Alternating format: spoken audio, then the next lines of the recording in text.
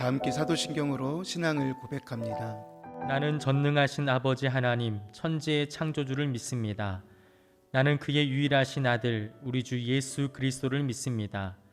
그는 성령으로 잉태되어 동정녀 마리아에게서 나시고 본디오 빌라도에게 고난을 받아 십자가에 못 박혀 죽으시고 장사된 지 사흘 만에 죽은 자 가운데서 다시 살아나셨으며 하늘에 오르시어 전능하신 아버지 하나님 우편에 앉아 계시다가 거기로부터 살아있는 자와 죽은 자를 심판하러 오십니다. 나는 성령을 믿으며 거룩한 공교회와 성도의 교제와 죄를 용서받는 것과 몸의 부활과 영생을 믿습니다. 아멘. 찬송가 545장 이 눈에 아무 증거 아니 배워도 찬송으로 하나님께 영광 올려드리겠습니다.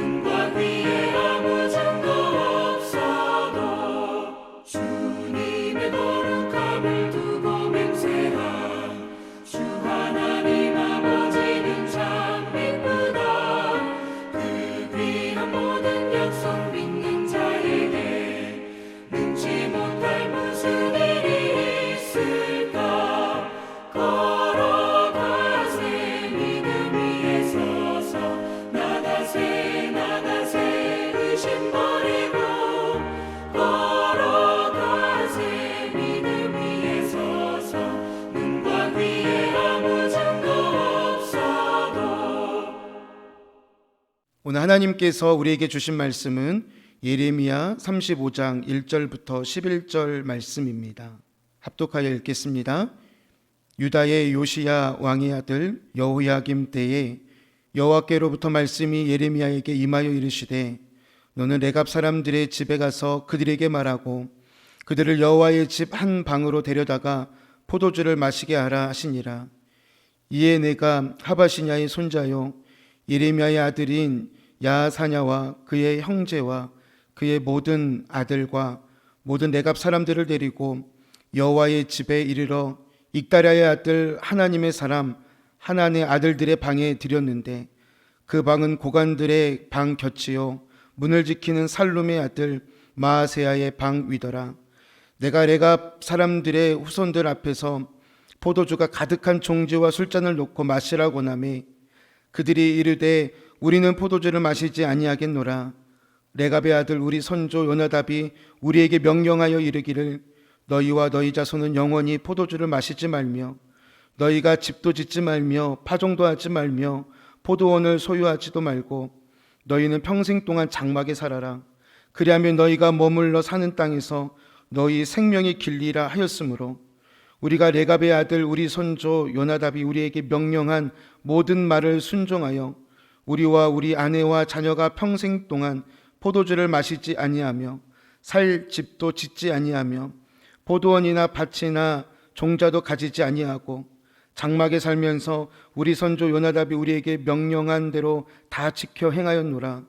그러나 바벨론의 느부갓네살 왕이 이 땅에 올라왔을 때에 우리가 말하기를 갈대아 인의 군대와 수리아 인의 군대를 피하여 예루살렘으로 가자 하고 우리가 예루살렘에 살았노라. 아멘. 성경의 역사를 보면은 시대가 어려울 때마다 하나님께서 사람들을 세워서 그 시대를 깨우는 일들을 하셨습니다. 하나님께서 모세를 세워서 400년 동안 영적 또 육적으로 고통 속에 있던 이스라엘 백성들을 광야로 이끌어내어 그들을 깨우는 사역을 했고요. 하나님께서는 구약의 수많은 선지자와 예언자들을 세워서 영적 타락과 무지 속에 살고 있는 이스라엘을 깨우셨습니다. 또 하나님께서요, 구약에서 신약으로 넘어갈 때에 역사적 기록이 없었던 그 400년의 영적 암흑기를 깨는 일에 세례 요한을 세우셨어요. 그리고 예수님께서는요, 제자들을 세워서 온 세상의 복음을 전하게 하시며 세상의 수많은 사람들을 깨우는 그 일을 하셨습니다. 그런데 우리가 주목할 것은요, 하나님께서 세상을 깨우기 위해 세우셨던 사람들은요, 뜻밖의 인물이었다는 것이죠. 왜 뜻밖이냐면, 보통 우리가 인물, 또 시대적인 인물 하면 어떤 사람들을 생각합니까? 특출난 사람들을 생각하기 마련입니다. 그런 하나님은 전혀 그런 사람들을 쓰시지 않았다는 것이죠. 하나님은 어떤 사람들을 쓰셨을까요? 모세는요, 강물에 버림을 받은 사람이었어요. 또한 그는 살인자였으며 40년 동안 광야에 살면서 말을 제대로 하지 못하는 그러한 연약한 사람이었어요. 하나님은 이러한 모세를 세워서 이스라엘을 깨우는 사역을 하셨다는 것이죠. 예수님은요, 베들레헴 아주 작은 시골 마을 출신입니다. 그리고 갈릴리 어촌에서 자라셨어요. 하나님의 아들 치고는 태어난 곳이 굉장히 부족해 보이고 비천해 보입니다.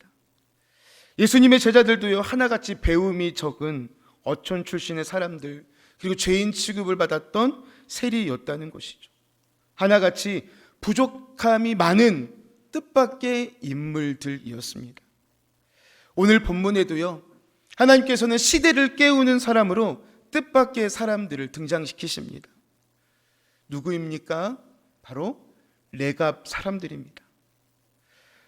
이들 족속은요, 이 레갑 사람들은요, 수가 많지 않았어요. 적은 무리였습니다.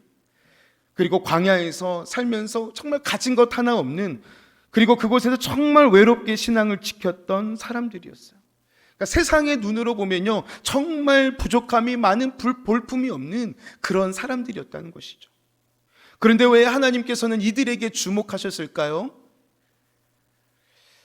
여러분, 지금 남유다의 상황은 어떻습니까? 하나님의 선지자인 예레미야를 통하여서 이 왕과 이스라엘 백성들에게 계속해서 회개할 것을 촉구하고 계십니다. 악한 길에서 떠나라고, 그러면 하나님의 심판을 멈추시겠다고 그렇게 말씀하고 있다라는 것이죠. 그런데 남유다의 왕과 백성들은요, 하나님의 말씀에 순종하지 아니하고 여전히 죄악 가운데에 살고 있었다는 것이죠. 정말 지금 그들에게 필요한 것은 무엇입니까? 바로 하나님의 말씀 앞에 순종하는 삶이었다는 것입니다. 그런데 바로 이 레갑 사람들이요, 순종의 사람들이었습니다. 그들은 그들의 조상의 명령에 따라서요, 철저하게 순종하며 살았던 사람이에요. 레갑 족속에 대한 언급은요, 이 예레미야서 35장 딱 한 번 나옵니다. 레갑의 아들 요나답, 그는요, 이스라엘 왕 예후 시대에 살았던 사람이었어요. 그리고 예후의 종교개혁에 동참하여서 함께 아합에 속한 자들을 진멸하고 바알을 섬기는 자들을 모두 처단하여서 이 종교개혁을 이룬 사람이었습니다.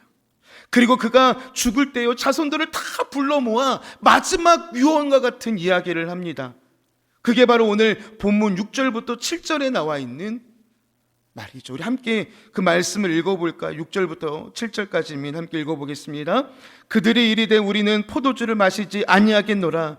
레갑의 아들 우리 선조 요나답이 우리에게 명령하여 이르기를 너희와 너희 자손은 영원히 포도주를 마시지 말며 너희가 집도 짓지 말며 파종도 하지 말며 포도원을 소유하지 말고 너희는 평생 동안 장막에 살아라. 그리하면 너희가 머물러 사는 땅에서 너희 생명이 길리라 하였으므로. 아멘. 레갑 사람들은요, 그의 조상 요나답의 말에 순종하여서 이 생활의 안정감을 주는 이 농경지를 떠나서 생활의 그 불안전한 광야로 갑니다. 그리고 거기에서 유목 생활을 하는데요, 무려 250년이나 광야에서 이 조상의 말에 순종하며 살았다는 것이죠. 그리고 그곳에서 그들은요, 하나님에 대한 그 신앙을 지키기 위해서 절제하며 근신하며 살았다는 것입니다. 그런데 여기서 한 가지 질문할 수가 있어요. 왜 이 레갑 사람들, 레갑 족속들의 조상이었던 요나답은 그 후손들에게 이 엄청난 절제를 왜 요구했을까? 그 이유가 무엇이었냐면, 요나답이요, 이 여호와와 함께 종교개혁을 이루면서 그가 본 게 있어요. 그게 무엇이냐면 이스라엘 백성들의 타락, 부패, 그리고 멸망을 눈으로 본 거예요. 세상에 너무나 많은 유혹들이요, 이 사람의 눈을 멀게 하는 것이죠. 그리고 결국엔 어떻게 합니까? 하나님을 떠나게 만든다는 것입니다. 이것을요, 이 요나답이 본 거예요. 그래서 그가 내린 결론은 뭡니까? 우리가 믿음을 지키려면, 정말 하나님을 사랑하려면 우리가 좁은 길로 가야 한다. 그 좁은 길로 가야만 그 길 끝에는 생명이 있다. 이것을 그가 깨달은 거예요. 놀라운 것은요, 우리 예수님께서도 이 마태복음 7장 13절에 같은 맥락으로 말씀하고 있다는 것이죠. 좁은 문으로 들어가라. 멸망으로 인도하는 문은 크고 그 길이 넓어 그리로 들어가는 자가 많고, 생명으로 인도하는 문은 좁고 길이 협착하여 찾는 자가 적음이라. 아멘. 사랑 여러분, 생명으로 가는 문, 생명으로 가는 길은요, 아주 좁습니다. 그래서 그 길로 가는 길이요, 너무나 불편해요. 좁으니까. 그 길로 가는 것이 힘드니까. 그래서 많은 사람들이요, 그 길을 떠나는 거예요. 처음에는 좋아요, 그 길이 생명의 길이라고 하니까, 그 길 끝에는 구원이 있다고 말하니까 다 그 길로 갑니다. 그런데 그 과정이 너무 힘든 거예요. 그러니 하나, 둘 이렇게 다 떠나가는 거예요. 저는요, 이 시대를 보면서 지금 우리가 살고 있는 이 시대가 그런 거예요. 우리가 예수님을 믿고 섬기며 하나님께 예배하는 것, 얼마나 힘든 시대에 살고 있습니까? 정말 내가 내 뼈를 깎고 내 몸을 쳐서 복종하지 않으면 믿음을 지킬 수 없는, 정말 마음만 먹으면 얼마든지 우리가 타락하고 나태할 수 있고 방탕할 수 있는, 내가 신앙생활 제대로 하지 않아도 나를 터치할 사람이 없는 그런 시대 속에 우리가 살아가고 있다는 것이죠. 그러나 사랑하는 여러분, 비록 가는 길이 좁고요, 그 문이 좁아도요, 그 길이 생명의 길이라면 우리가 끝까지 그것을 붙잡고 가야 된다는 것입니다. 아무리 외롭고 힘들어도 그 길 끝에는요, 먼저 그 길을 가신 예수님이 우리를 기다리고 있는 거예요. 그리고 마지막 그때에, 마지막 순간에, 우리가 이 세상을 떠나는 그때에, 그 길 끝에서, 그 생명의 길 끝에서 우리 예수님이 우리를 맞아주시는 것이죠. 아들아, 딸아, 정말 고생했다. 아들아, 딸아, 이 좁은 길로 살았다. 네가 끝까지 믿음을 버리지 않았구나. 네가 끝까지 신앙을 버리지 않았구나. 네가 끝까지 나를 버리지 않았구나. 그 예수님께서요, 그 생명의 예수님께서 우리를 안아주시면서 우리를 칭찬해 주실 거예요. 그러니 우리가요, 그거 생각하며 버티고 또 버텨야 되는 것입니다. 저는 레갑 사람들을 묵상하면서 이런 생각을 해봤어요. 250년 동안 그들은 얼마나 외로웠을까? 얼마나 고독했을까? 그저 조상들이 일러준 신앙의 표대를 향해 그 세상의 많은 유혹들을 뿌리치고, 때로는 사람들에게 바보 소리 들으며 어리석다 들으며 그렇게 믿음을 지켰던 이 레갑 사람들을 생각해 봤어요. 그들은 어떻게 인내하며 극복하며 승리했을까? 그들이 오늘 우리에게 주는 교훈은 무엇일까? 그러나 하나님은 250년의 외로운 싸움 끝에 이스라엘 백성들을 깨우는 하나님의 사람들로 이 레갑 사람들을 사용하셨다는 것이죠. 비록 세상 사람들의 눈에는 하찮게 보여도 우리가 가는 길이 외롭지만 믿음의 길을 끝까지 간다면 하나님은 저와 여러분들을 통하여서 세상을 깨우는 사람으로 일하실 것입니다. 사랑하는 여러분, 그러니 우리가 빨리 돌아와야 돼요. 기도의 자리로, 예배의 자리로, 말씀의 자리로. 하다가는 다 지나가는 거예요. 다 놓쳐버리는 거예요. 기도도 놓치고 말씀도 놓치고 전도해야 할 영혼도 놓치고 결국은 하나님도 놓친다는 것이죠. 그러니 예수님께서 늘 한적한 곳에서 기도하셨던 것처럼 지금은요, 우리가 무리 속에서 하다가 쓸려가는 것이 아니라 지금 있는 그 자리에서 우리는 한적한 곳으로 가야 합니다. 외로운 길로 가야 합니다. 광야로 나아가야 됩니다. 그리고 그곳에서 주님의 음성을 들어야 합니다. 마치 레갑 사람들처럼 말입니다. 사랑하는 여러분, 오늘 하나님께서는요, 순종하는 그 한 사람을 찾고 계십니다. 그리고 그 사람들을 통해서 이 시대를 깨우시기를 원하십니다. 그 순종하는 한 사람이 바로 저와 여러분 되기를 간절히 소망합니다. 그래서 저와 여러분들을 통해서요, 이 시대가 깨어나는 은혜와 축복을 모두가 다 누리시기를 주님의 이름으로 축복합니다.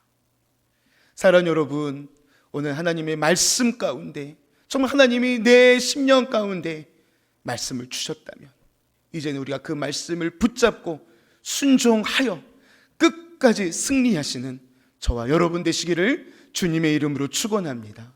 기도하시겠습니다. 사랑하는 하나님, 시대가 어려울 때마다 하나님은 순종하는 하나님의 사람들을 세워서 그 시대를 깨우시고 이끌어 가셨습니다. 그 하나님께서 오늘 우리를 순종의 자리로 부르십니다. 순종하는 한 사람을 통해 이 시대가 깨어나는 축복이 있게 하여 주옵소서. 주님, 나를 사용하여 주옵소서. 주님, 너무나 부족하지만, 가진 게 없지만, 능력도 없지만 끝까지 바보 소리 들으면서 하나님의 말씀 붙잡고 이 시대를 깨우는 일에 우리를 사용하여 주옵소서. 예수님의 이름으로 기도합니다. 아멘.